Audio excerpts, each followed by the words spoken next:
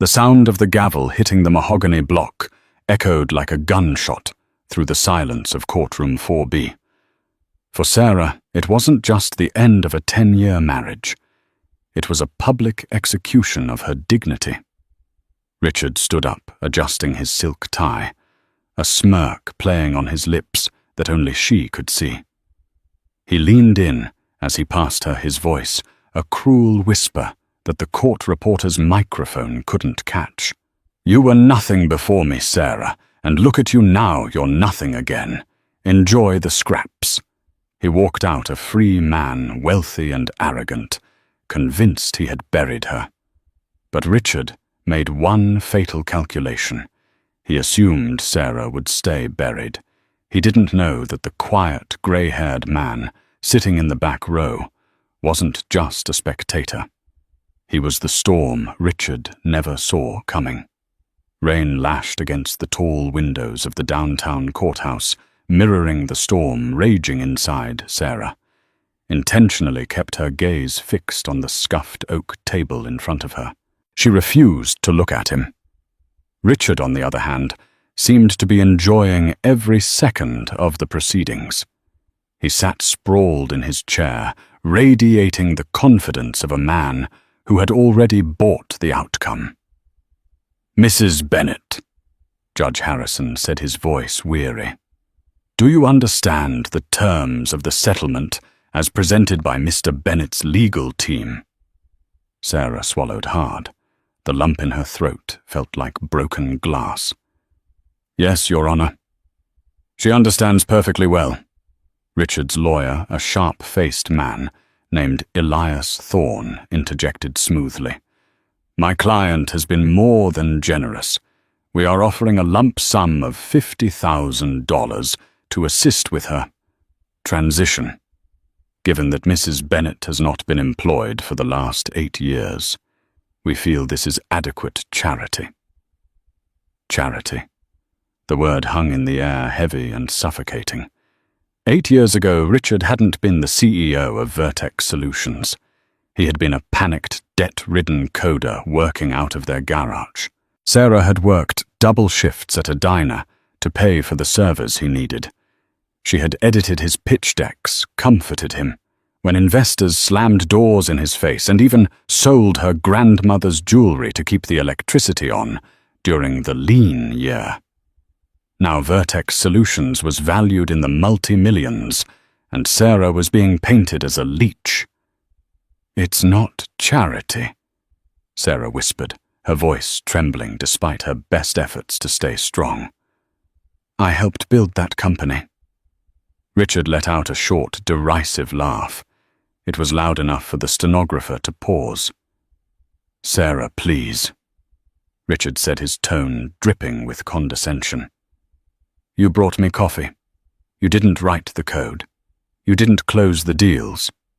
You were a housewife, and frankly, you weren't particularly excellent at that either."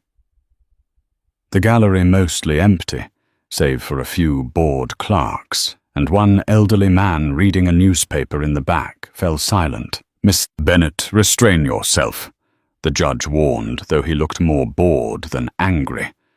"Mrs. Bennet, if you sign these papers, you waive all rights to future claims on Vertex Solutions or Mr. Bennet's future earnings. This is a clean break." Sarah looked at the pen.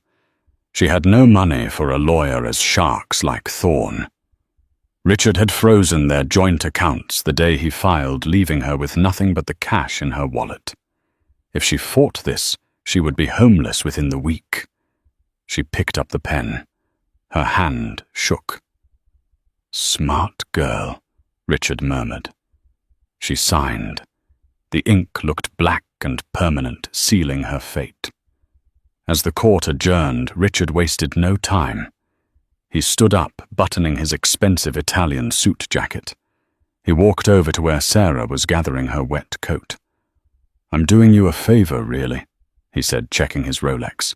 "You never fit in my world, Sarah. You're too plain, simple. Now you can go back to whatever simple life you're meant for. Maybe find a nice mechanic. You promised to love me for better or worse. Sarah said, finally meeting his eyes. They were cold, devoid of the warmth she remembered from their youth. "I grew up," Richard scoffed. "You didn't. Oh, and Sarah, I'm keeping the house. The locks will be changed by 500 p.m. My security team will leave your boxes on the curb." He turned on his heel and strode out of the courtroom, his lawyer trailing behind him like a loyal dog. Sarah stood alone, clutching her purse. She felt hollowed out. She turned to leave, wiping a tear before it could fall, and noticed the elderly man in the back row folding his newspaper. He was wearing a worn-out tweed jacket and scuffed shoes. He looked at her with a strange intensity, his blue eyes sharp and assessing. He gave her a small, solemn nod. Sarah didn't know who he was, but in that moment of absolute isolation, that small acknowledgement felt like a lifeline. She nodded back, then pushed open the heavy doors, stepping out into the pouring rain. 3 months later, the glamour of Richard's world felt like a distant nightmare. Sarah was living in a cramped studio apartment on the east side of the city, an area where the streetlights flickered and sirens were a nightly lullaby. She had found a job as a barista at the Roasted Bean, a small independent coffee shop near the University District. It wasn't much, but it paid the rent, and the physical work kept her mind off the humiliation. It was a Tuesday morning, rainy and grey, when the bells above the door chimed. Sarah looked up from the espresso machine, plastering on her customer service smile.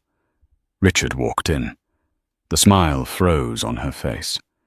He wasn't alone. Hanging on his arm was a woman who looked no older than 22, dressed in designer clothes that cost more than Sarah's entire year of rent. This was Tiffany, the new model Richard had upgraded to. Richard stopped in the middle of the shop, looking around with exaggerated disgust. "Good Lord, Tiff, I told you this place was a dump. Why did you want to come here? I heard their pumpkin spice is actually authentic, Richie." Tiffany giggled, oblivious to the tension. Then Richard saw her. His eyes widened for a fraction of a second before narrowing into a sneer. He walked up to the counter, enjoying the moment. "Well, well," Richard said, leaning against the counter. "I said, find a mechanic, but I suppose pouring coffee is more your speed. How is the independent woman life treating you, Sarah?" Sarah's hands clenched under the counter. "What can I get for you, Richard?" "Oh, strictly business. I like that." He laughed. "Give me a large black coffee, and whatever she wants." He gestured dismissively at Tiffany.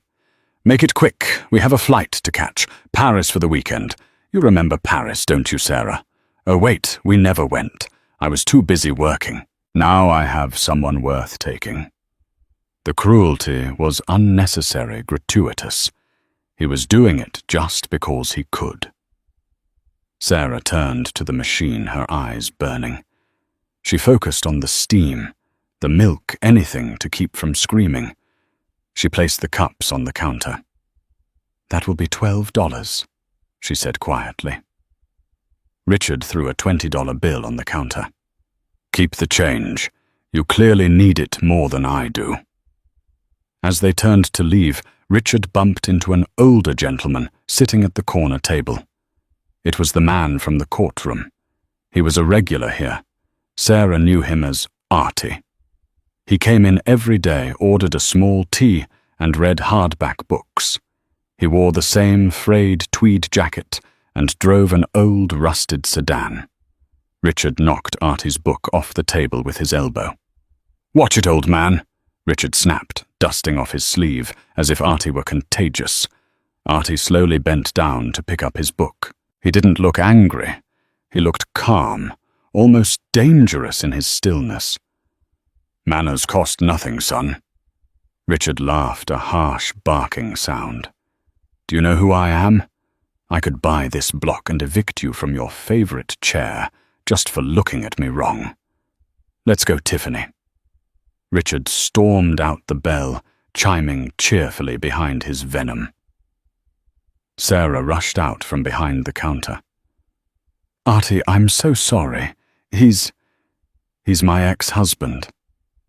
Artie placed his book back on the table. It was a biography of Winston Churchill. He looked at Sarah, his expression unreadable. "He is a very foolish man, Sarah. He's a powerful man." Sarah sighed, wiping down the table. "He owns Vertex Solutions. He destroyed me in court. He thinks he owns the world." Artie took a sip of his tea. "Power is a funny thing, Sarah. It is often rented, never owned, and leases expire." Sarah gave a sad smile. "I just wish he would leave me alone. I'm trying to move on, but he likes to remind me that I'm nobody." Artie looked at her, and for the first time, Sarah noticed the watch peeking out from under his frayed cuff. It was old, but it wasn't cheap. It was a Patek Philippe vintage, easily worth more than Richard's flashy car. "You are not a nobody, my dear," Artie said softly. "You make the best tea in the city, and you have kindness. That is a currency he lacks." "Kindness doesn't pay the bills, Artie," she joked weakly. "No," Artie agreed, "but sometimes it opens doors that money cannot force." The next day, Sarah arrived at work to find the manager a frantic man named Dave pacing the floor. "Sarah, thank God you're here," Dave said. "We have a catering request, a big one. It's for a private gala tonight at the Harrington estate. The usual caterer cancelled last minute, and the owner specifically asked for the roasted bean." "The Harrington estate?" Sarah asked, her eyes widening. "That's the biggest mansion on the hill. Who lives there?" "Nobody knows," Dave said. "It's been empty for years, but apparently the owner is back in town. Look, I need you to lead this. You're the best with presentation. It's double pay." Sarah nodded. "I'll do it." She didn't know it yet, but she was walking straight into the lion's den, and for the first time in her life, she wasn't going to be the prey. That evening, the delivery van pulled up the winding driveway of the Harrington estate. It was a fortress of stone and glass, overlooking the entire city. Luxury cars lined the driveway. Bentleys, Rolls-Royces, Ferraris. Sarah and her co-worker Mike unloaded the coffee urns and pastries, carrying them into the massive ballroom. The room was dripping with gold chandeliers and velvet drapes. The city's elite were there, and in the center of the room, holding a champagne flute, was Richard. He was laughing loudly with a group of investors. When he saw Sarah in her black catering apron setting up the coffee station, his jaw dropped. Then a slow, malicious grin spread across his face. He excused himself and walked over, his voice booming so everyone nearby could hear. "Unbelievable," Richard announced. "I come to the most exclusive event of the year, and who is serving the refreshments, my ex-wife? Did you sneak in?" "Sarah, or are things really this desperate?" People turned to stare. Sarah felt her face burn. "I'm working Richard," she said, her voice steady. "Working?" he scoffed. "You're embarrassing me. People know you were married to me. Seeing you like this, it's pathetic. You should leave. I'll pay your boss whatever you're making to just get you out of my sight." "Is there a problem here?" A deep voice boomed from the top of the grand staircase. The room fell silent. Everyone looked up. Descending the stairs was a man in a tuxedo that fit perfectly. He had silver hair and a presence that demanded absolute attention. It was Artie. But this wasn't the Artie from the coffee shop in the tweed jacket. This was a man of immense power. Richard looked confused. "Who are you?" Artie stopped at the bottom of the stairs. He didn't look at Richard. He looked straight at Sarah. I am the owner of this house, Artie said calmly, and I believe you are harassing my guest of honor. Richard laughed nervously. Guest of honor? She's the catering help. I'm Richard Bennett, CEO of Vertex. I think you're confused, old man. Artie finally turned his gaze to Richard. It was cold enough to freeze hell. I am not confused, Mr. Bennett, Artie said. My name is Alexander Sterling, and you are standing on my carpet. The room gasped. The name Alexander Sterling was legendary. He was the reclusive billionaire investor who owned half the city's tech infrastructure, including the servers Vertex Solutions relied on. Richard's face went pale. Mr. Sterling, I didn't know.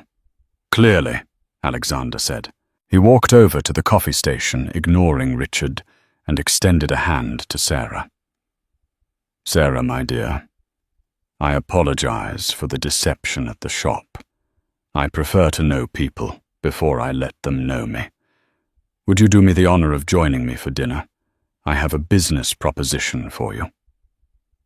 Sarah looked from Richard's terrified face to Alexander's kind eyes.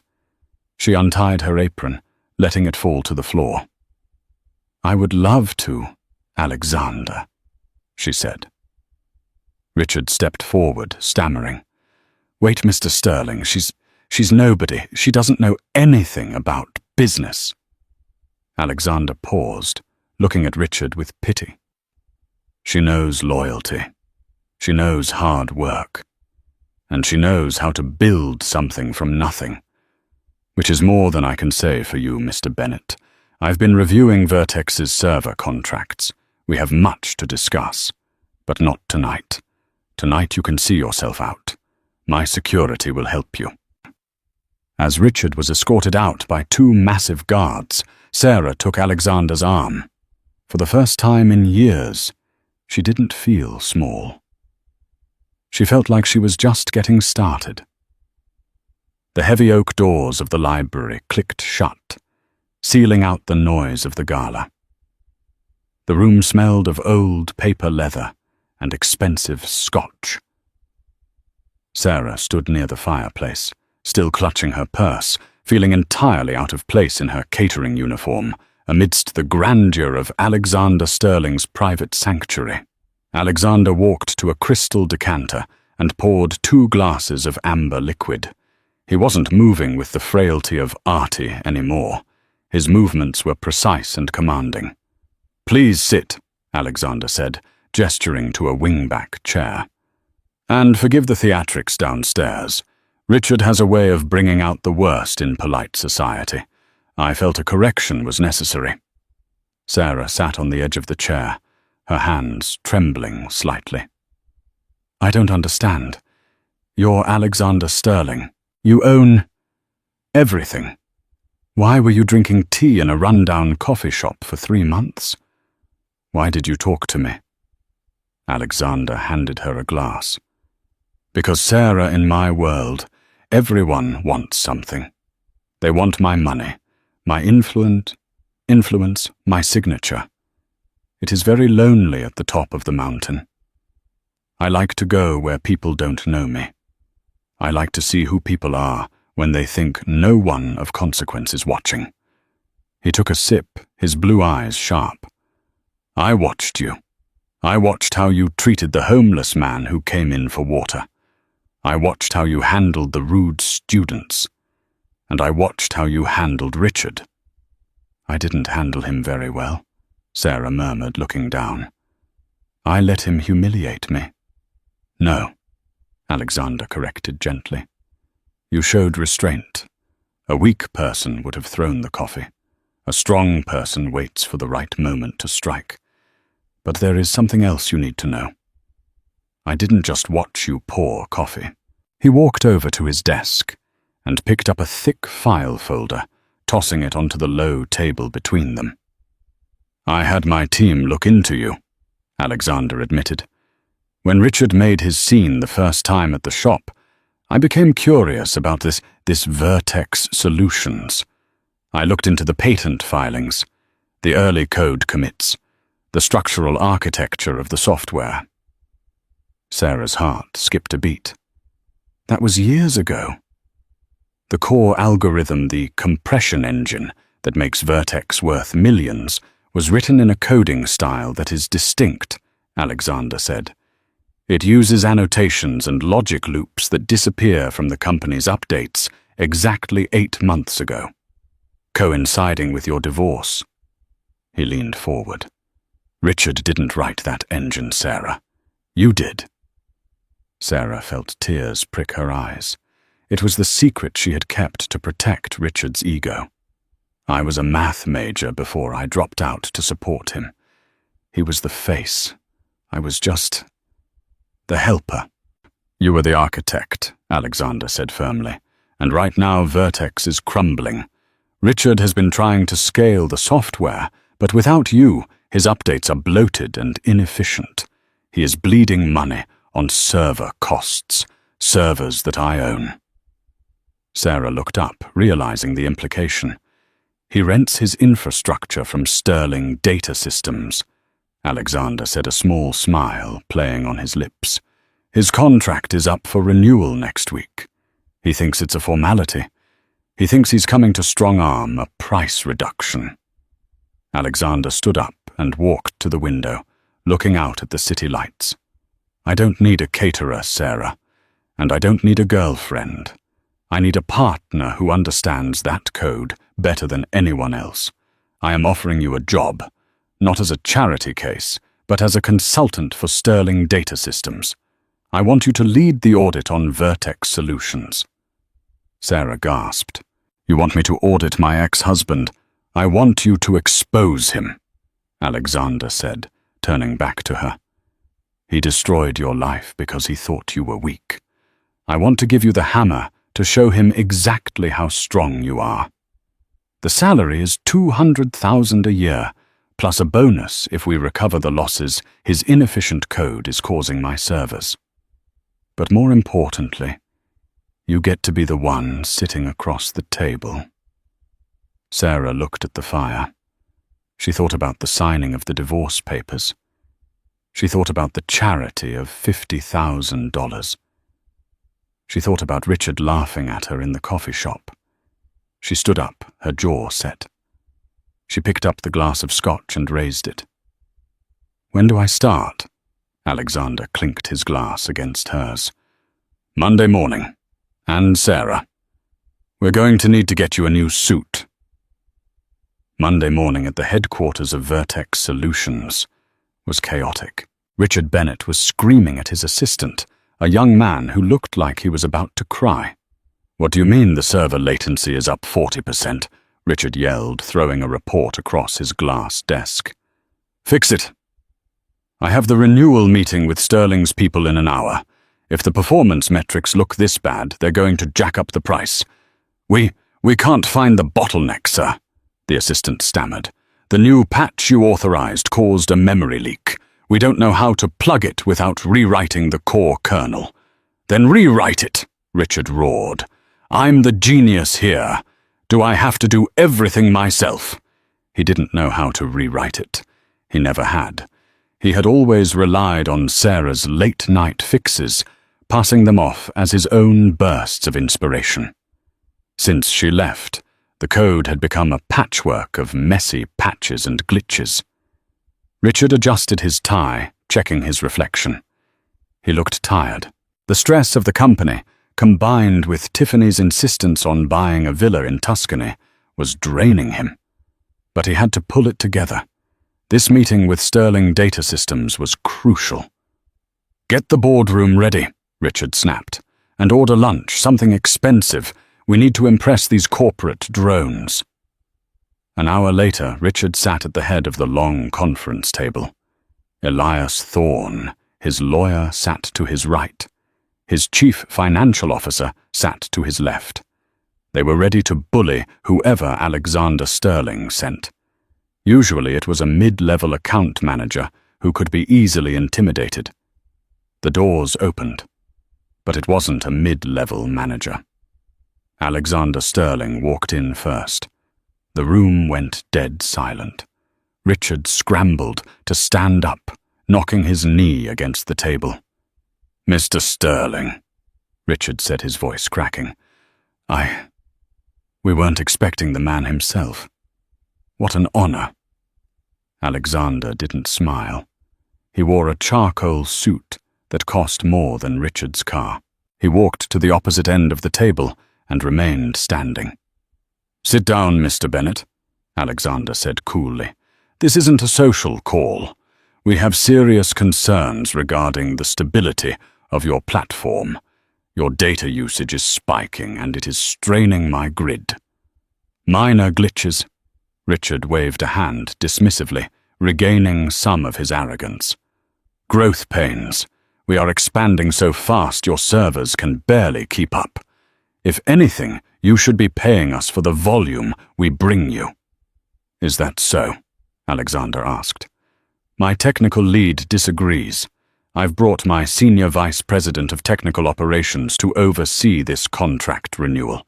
She will be conducting a full code audit before we sign anything." Richard scoffed. "A code audit? That's highly irregular. My code is proprietary. I can't just let some outsider poke around in my IP." "Then we terminate the service at midnight," Alexander said simply. "And Vertex goes dark." Richard paled. He had no backup servers. Fine. Let's meet this technical lead." Alexander stepped aside and gestured to the door. "Please come in." The door opened again. The click of high heels on the parquet floor echoed through the room. Sarah walked in. She was unrecognizable from the woman in the wet raincoat or the coffee shop apron. She wore a tailored, cream-colored power suit that accentuated her posture. Her hair was cut in a sharp, professional bob. She carried a sleek leather portfolio and projected an air of icy competence. Richard's mouth fell open. He blinked, sure he was hallucinating. "Sarah," he whispered. "Mrs. Bennett." Elias Thorne gasped, dropping his pen.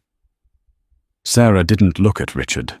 She walked to the chair at the right hand of Alexander and sat down, placing her portfolio on the table. She opened it, revealing a stack of charts and data logs. "Actually," she said, her voice clear and authoritative, "it's Ms. Miller now. I'm using my maiden name. Hello, Richard." "Elias." "What is this joke?" Richard spluttered, standing up again, his face turning red. "Sterling, this is my ex-wife. She's a barista. She doesn't know anything about back-end infrastructure." "Sit down, Richard," Sarah said. She didn't shout. She didn't have to. The command was absolute.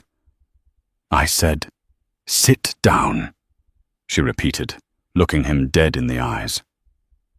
Slowly, Richard sank back into his chair, stunned. "I've reviewed the logs from the past 6 months." Sarah began sliding a document down the table toward him. "You're running a recursive loop on the user authentication protocol.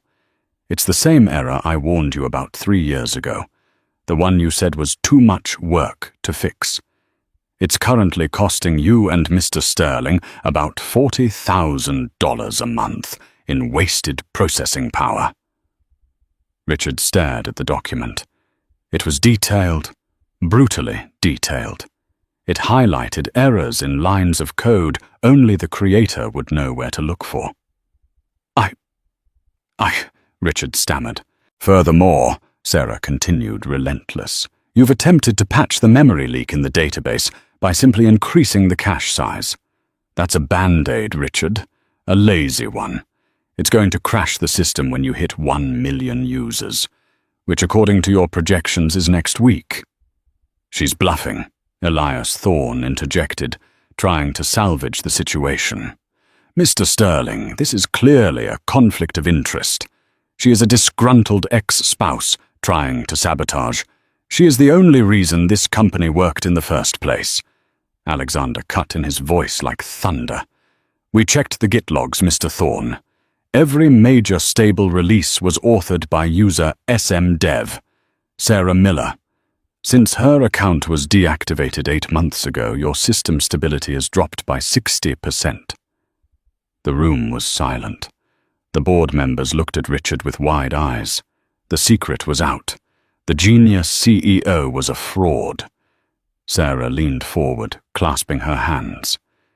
"Here is the situation, Richard. Mr. Sterling is ready to pull the plug. Vertex will be offline by tomorrow morning. Your stock will tank. You will be sued by your investors for fraud." Richard looked like he was about to vomit. "Please don't.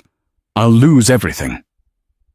"However," Sarah said, "I have proposed a solution. Sterling Data Systems will acquire a controlling interest in Vertex Solutions to stabilize the asset. We will fix the code. We will manage the servers."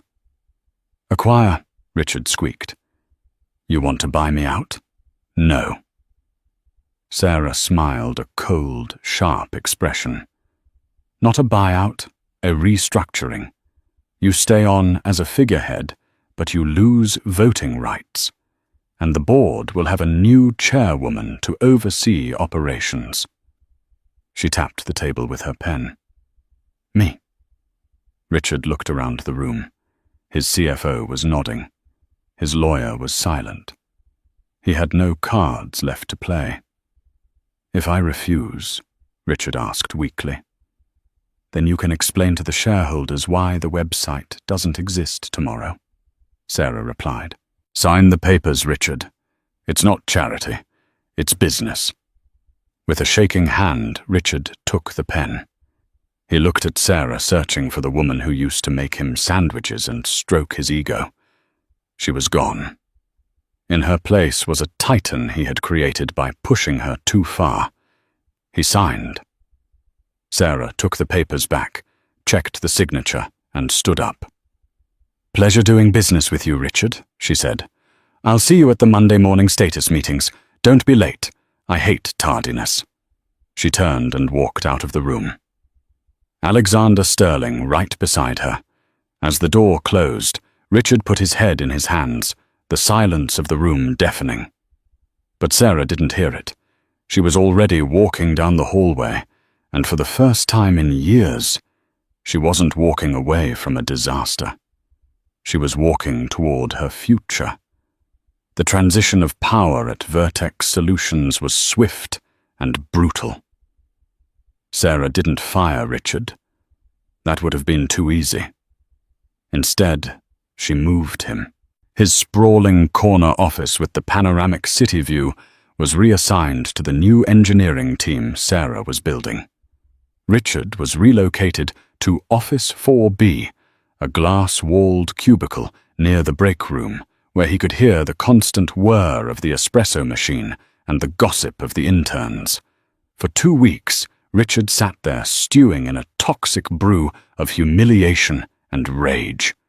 He watched Traskell walk the floor, commanding respect from engineers who used to roll their eyes at him. She was brilliant, decisive, and efficient. Every time she fixed a line of code, it felt like she was tightening a noose around his neck. But the final straw came from Tiffany. "You're a joke, Richard," Tiffany spat one evening at their penthouse, throwing her designer bag onto the sofa.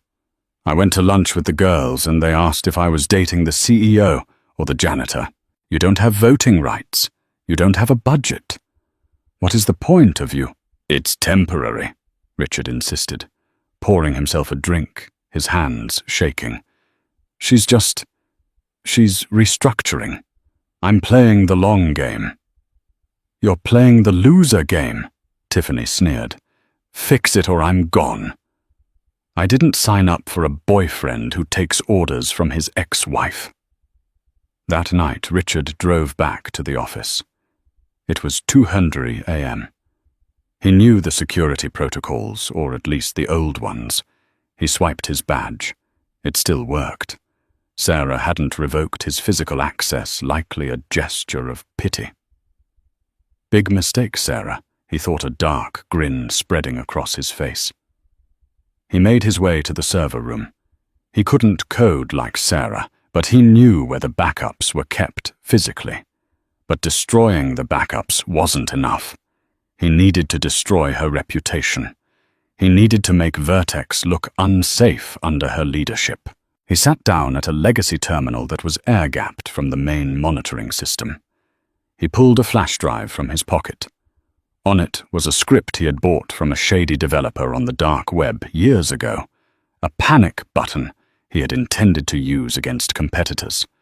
It was a piece of malware designed to scramble user financial data and leak it publicly, making it look like a security negligence issue.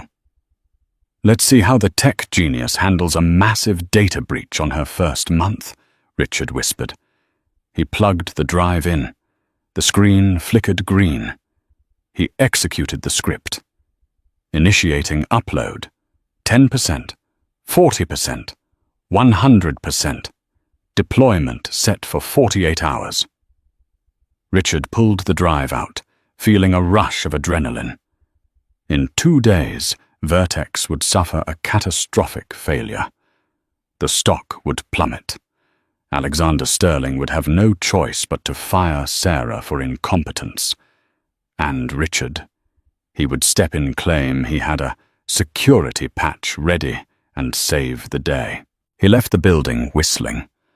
What Richard didn't know was that Sarah wasn't sleeping. She was at her apartment, sitting in front of a 3-monitor setup on a secure video call with Alexander Sterling. He just left the building, Sarah said, watching the security feed on her left monitor. Did he do it? Alexander asked. He was in his study wearing a silk robe, looking calm as ever. He accessed the legacy terminal in server room B, Sarah confirmed. I saw the packet spike. He uploaded a localized encryption worm. It's designed to corrupt the financial database. Malicious intent, Alexander mused. That's a felony, Sarah. We can have the police at his door in 20 minutes. No, Sarah said, her voice hard. Not yet. If we arrest him now, he'll claim it was an accident or a misunderstanding. He'll lawyer up with Thorne, and it'll drag out in court for years.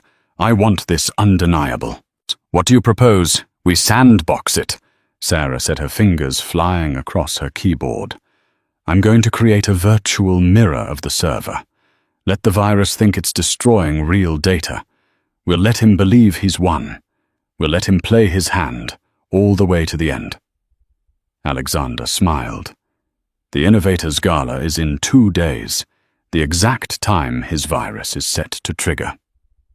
Exactly, Sarah said. He wants a show. Let's give him one. The annual Tech Innovators Gala was the Oscars of the business world. The venue was the Grand Marble Hall, a century-old structure of opulence in the center of the city. Searchlights swept the sky and paparazzi lined the red carpet, shouting the names of billionaires and celebrities as they stepped out of limousines. Richard Bennett arrived in a rented Rolls-Royce. He had maxed out his last credit card to rent it, and he had bought Tiffany a dress that cost more than his monthly alimony payment used to be. He needed to look the part of the victor. He checked his phone. The timer on his malware script was at T-minus 30 minutes. By the time the keynote speeches started, Vertex Solutions would be in chaos. News alerts would be pinging every phone in the room. You seem happy, Tiffany said, checking her makeup in the car mirror. Did you get your balls back? Watch and learn, babe, Richard said, adjusting his cufflinks. By tomorrow morning, Sarah will be fired, and I'll be back in the CEO's chair. They walked the red carpet. Richard waved at the cameras, but few flashed. He was yesterday's news. The reporters were waiting for the main event, Alexander Sterling. The reclusive billionaire rarely attended these events, and rumors were swirling that he was bringing a special guest. Inside the ballroom, the atmosphere was electric. Richard grabbed a glass of champagne and began working the room. He whispered to investors, hinting that he was concerned about the new direction of Vertex. "Sarah is a lovely girl," Richard told a group of board members, feigning concern. "But she's fragile. I'm worried she's cutting corners on security. I've tried to warn her, but you know how she gets." "That's concerning, Richard," one investor said, frowning. "Especially with the audit Sterling is running." "Exactly," Richard nodded. "I just hope nothing catastrophic happens. I'd hate to see the company I built suffer because of her incompetence." Suddenly the music stopped. The chatter in the room died down. The heavy double doors at the top of the grand staircase swung open. The master of ceremonies' voice boomed over the speakers. "Ladies and gentlemen, please welcome Mr. Alexander Sterling and the chairwoman of Vertex Solutions, Ms. Sarah Miller." Richard froze. He looked up. Alexander stood at the top of the stairs, looking regal in a tuxedo. But all eyes were on Sarah. She was breathtaking. She wore a floor-length gown of deep emerald silk that hugged her figure, shimmering under the lights. She wore diamonds around her neck that caught the flash of the cameras, a gift from Alexander borrowed from the Sterling family vault. She didn't look like a barista. She didn't look like a scorned housewife. She looked like a queen. Sarah placed her hand on Alexander's arm, and they began to descend the stairs. The flashbulbs went off like a supernova. The press was in a frenzy. "She's with Sterling," someone whispered near Richard. "Like, with him." "Look at the way he looks at her," another person replied. "That's not just business." Richard felt a cold knot in his stomach. Tiffany let out a gasp. "Is that the Hope diamond on her neck?" "Richard, you said she was broke?" They reached the floor. The crowd parted for them.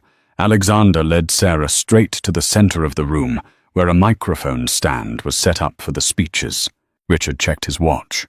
0 hour. He waited for the phones to start buzzing. He waited for the panic. Nothing happened. The music continued softly. People smiled. No alarms, no breaking news. "What is going on?" Richard muttered, tapping his phone. The script said, "Executed successfully." Alexander tapped the microphone. "Good evening," Alexander said, his voice commanding the room. "Thank you all for coming. Tonight we celebrate innovation. But innovation is nothing without integrity." He looked directly at Richard in the crowd. "Recently, Vertex Solutions underwent a change in leadership," Alexander continued. "And as with any change, there was resistance. Tonight, I wanted to demonstrate exactly why Sarah Miller is the future of this industry." Sarah stepped up to the microphone. Her voice was steady, amplified through the hall. "Thank you, Alexander. Tonight, we were supposed to experience a massive data breach," Sarah said calmly. A murmur went through the crowd. At 8:00 p.m., a malicious script was executed from inside our servers, designed to steal the credit card information of over 5 million users, Sarah explained. Richard's face went white.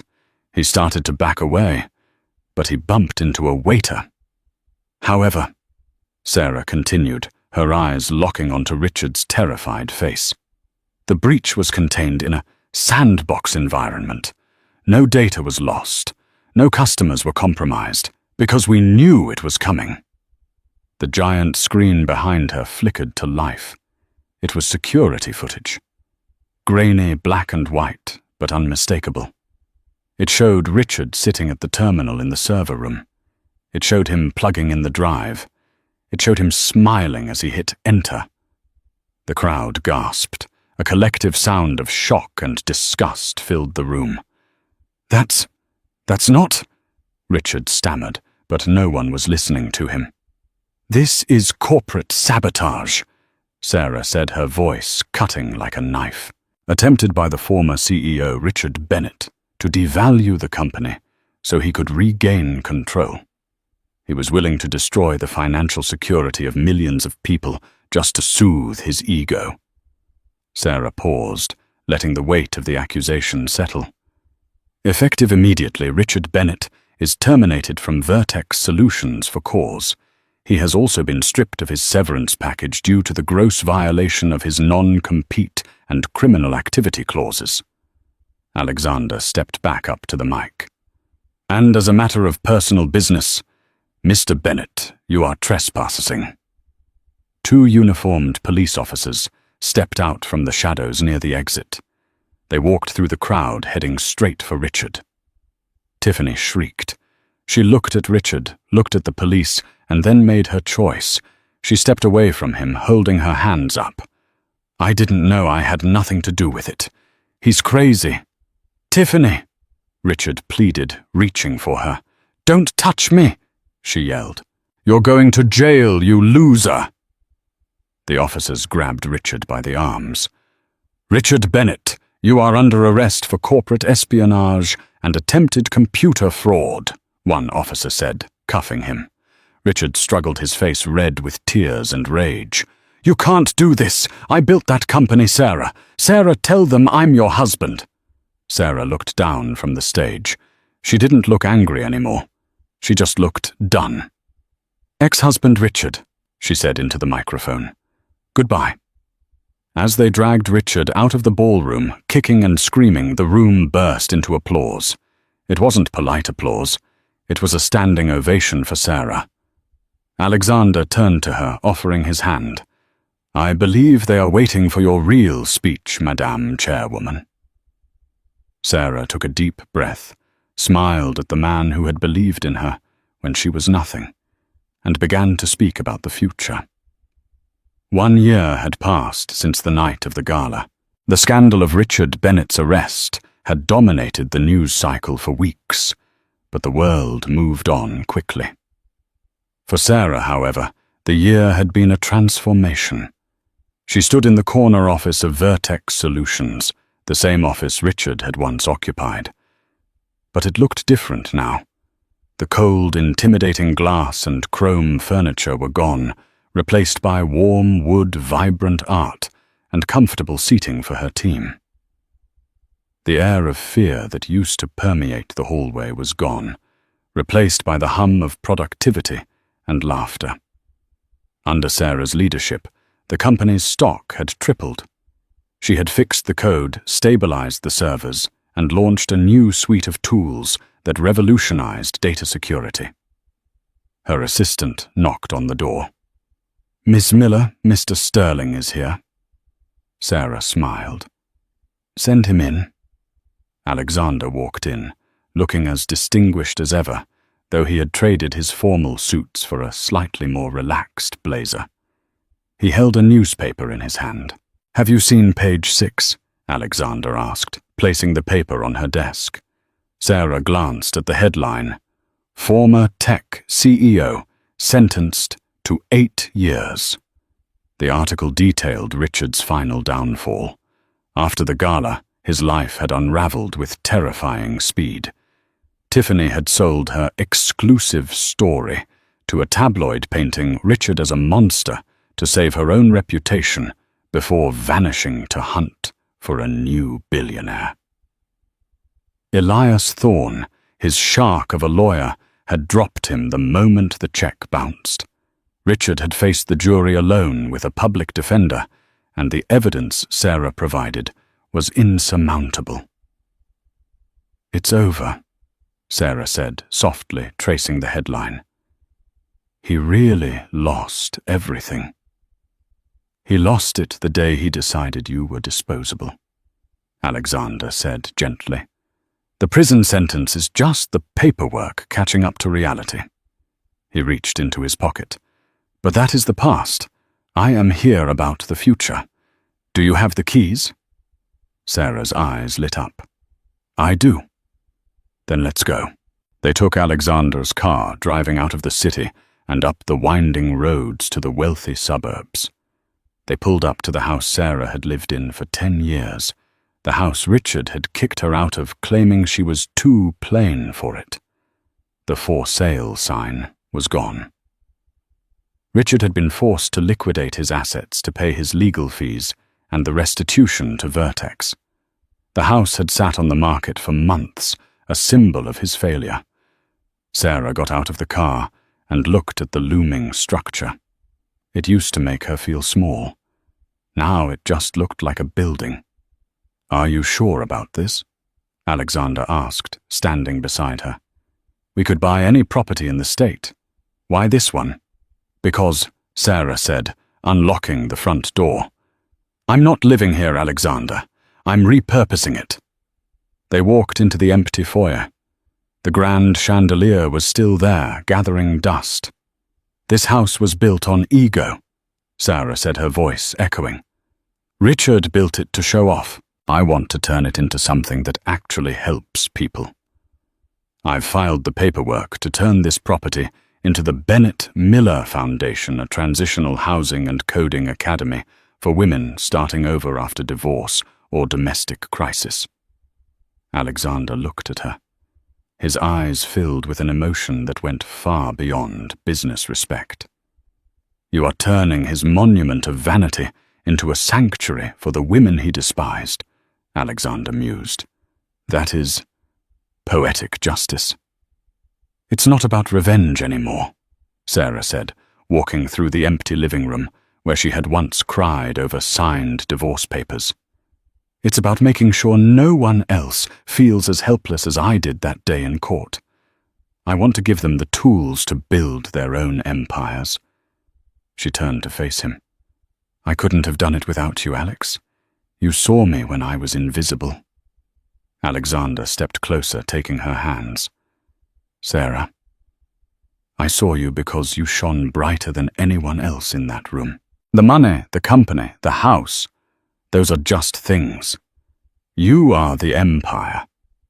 He paused, his expression turning serious. "My business in Tokyo is concluding next month," he said. "I'm planning to step back from the daily operations of sterling data. I want to travel. I want to read books in coffee shops without being interrupted. But I find that the idea of doing it alone is unappealing." He reached into his jacket pocket and pulled out a small velvet box. It wasn't a flashy diamond like the one Richard had bought to show off to his friends. It was a vintage sapphire, elegant and timeless. "I know you value your independence," Alexander said, his voice slightly nervous for the first time since she'd known him. "And I would never ask you to give that up. But I am asking if you would like a partner, a real partner. In business, in life, and in everything else." Sarah looked at the ring, then at the man who had ordered tea just to talk to her, who had defended her honor without hesitation, and who treated her mind as her most valuable asset. She thought about the girl who walked out of the courthouse in the rain, convinced her life was over. She wished she could go back and tell that girl that the storm was just clearing the path for something better. Sarah smiled, a genuine, radiant smile that reached her eyes. "I'd love a partner," she whispered. Alexander slid the ring onto her finger. It fit perfectly. They walked out of the house together, locking the door on the past. The sun was setting over the city, casting a golden glow on the horizon. Richard sat in a cold cell, blaming the world for his problems. Sarah stood on the threshold of a new life, built on kindness, intelligence, and the courage to start over. She had lost a husband who thought she was nothing. She had gained a billionaire who knew she was everything. But most importantly, she had found herself. And that was the greatest fortune of all. Sarah's journey from a discarded wife to a tech mogul proves that dignity is not negotiable and worth is not determined by someone else's opinion. Richard Bennett made the fatal mistake of confusing kindness with weakness and silence with stupidity. He thought he could discard Sarah like an outdated piece of software, failing to realize she was the operating system that kept his entire life running. In the end, karma didn't just hit Richard. It dismantled him piece by piece, fueled by his own arrogance. Meanwhile, Sarah's revenge wasn't about destroying him. It was about outgrowing him. She didn't just survive the storm. She learned how to harness the lightning. It serves as a powerful reminder that sometimes the best reaction to disrespect isn't a scream, but a successful slunce, followed by a checkmate the world never sees coming. What a satisfying ending. It just goes to show that you should never underestimate the quiet ones. What did you think of Sarah's decision to turn the house into a shelter? Was it the perfect revenge, or should she have just sold it and kept the cash? Let me know your thoughts in the comments below. If you enjoyed this story of justice and redemption, please hit that like button. It really helps the channel. And don't forget to subscribe and ring the notification bell so you never miss a new story. We have plenty more drama, karma, and romance coming your way. Thanks for watching, and I'll see you in the next video.